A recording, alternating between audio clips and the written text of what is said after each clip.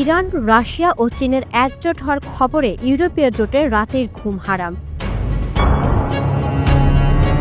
সম্প্রতি ইরানের পার্লামেন্টে বলা হয়, ইরান, রাশিয়া ও চীনের যৌথ অবস্থান পশ্চিমা দেশগুলোর চাপের বিরুদ্ধে এক ঐক্যবদ্ধ প্রতিরোধের প্রতীক। ইরানের দায়িত্বশীল কর্মকর্তাদের ভাষ্যমতে এই পদক্ষেপ ইরানের পারমাণবিক অধিকার নিশ্চিত করার ক্ষেত্রে একটি ঐতিহাসিক মাইলফলক। এই অন্যতম গুরুত্বপূর্ণ কূটনৈতিক ঘটনায় ইরান, রাশিয়া ও চীন জাতিসংঘের মহাসচিব অ্যান্তনিও গুতেরেস এবং নিরাপত্তা পরিষদের সভাপতির কাছে একটি যৌথ চিঠি পাঠিয়েছে, যেখানে তারা ইউরোপীয় 3 দেশের স্ন্যাপব্যাক প্রক্রিয়া চালুর উদ্যোগকে আইনি দিক থেকে অকার্যকর ঘোষণা করেন। গালিবাফ আরও বলেন, এই যৌথ পদক্ষেপ 3 মহাশক্তির কৌশলগত সংহতির প্রতীক, যা পশ্চিমা চাপের বিপরীতে একটি প্রতাপশালী জোট হিসেবে আত্মপ্রকাশ করেছে।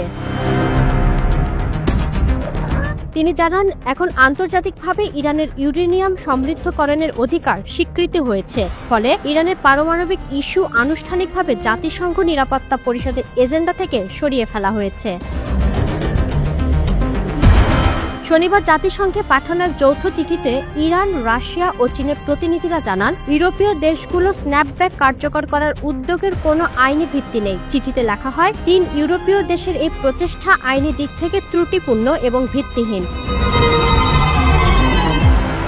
চিঠিটি পাঠানো হয় জাতিসংঘ মহাসচিব অ্যান্তনিও গুতেরেস ও নিরাপত্তা পরিষদের বর্তমান সভাপতি ভাসিলি নেবেনজিয়ার উদ্দেশ্যে। তাতে আরও বলা হয়, এই 3 ইউরোপীয় দেশ নিজেরাই 2231 নম্বর প্রস্তাবের অধীনে করা অঙ্গীকার ভঙ্গ করেছে এবং বিতর্ক নিষ্পত্তি প্রক্রিয়া মেনে চলেনি, ফলে তারা এই প্রস্তাবের ধারাগুলো দোহাই দেওয়ার যোগ্যতা রাখে না। চিঠিতে বলা হয়েছে, 2231 নম্বর প্রস্তাবের 8 নম্বর অনুচ্ছেদ অনুযায়ী 2025 সালের 18 অক্টোবরের পর থেকে এইসব শর্ত বাতিল হয়েছে, অর্থাৎ এই প্রস্তাব শেষ হওয়া জাতিসংঘ নিরাপত্তা পরিষদে ইরানের পারমাণবিক ইস্যুতে আর কোনো আলোচনা চলবে না। চিঠির শেষ অংশে বলা হয়, এই অবসান নিরাপত্তা পরিষদের ক্ষমতা ও বহুপাক্ষিক কূটনীতির বিশ্বাসযোগ্যতাকে আরও জোরদার করবে।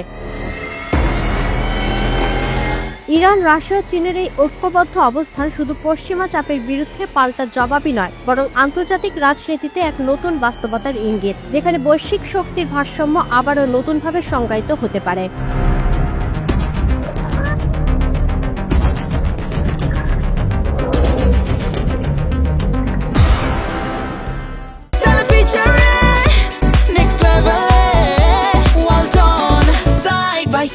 Free